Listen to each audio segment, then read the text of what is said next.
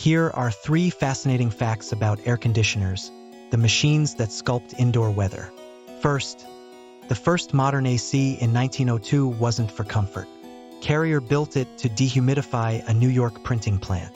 Second, a home AC can cycle 20,000 liters of air per hour, equal to the volume of a city bus moving through its coils.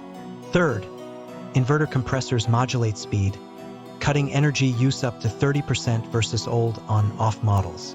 From damp print shops to cool bedrooms, air conditioners prove we can engineer our own climates.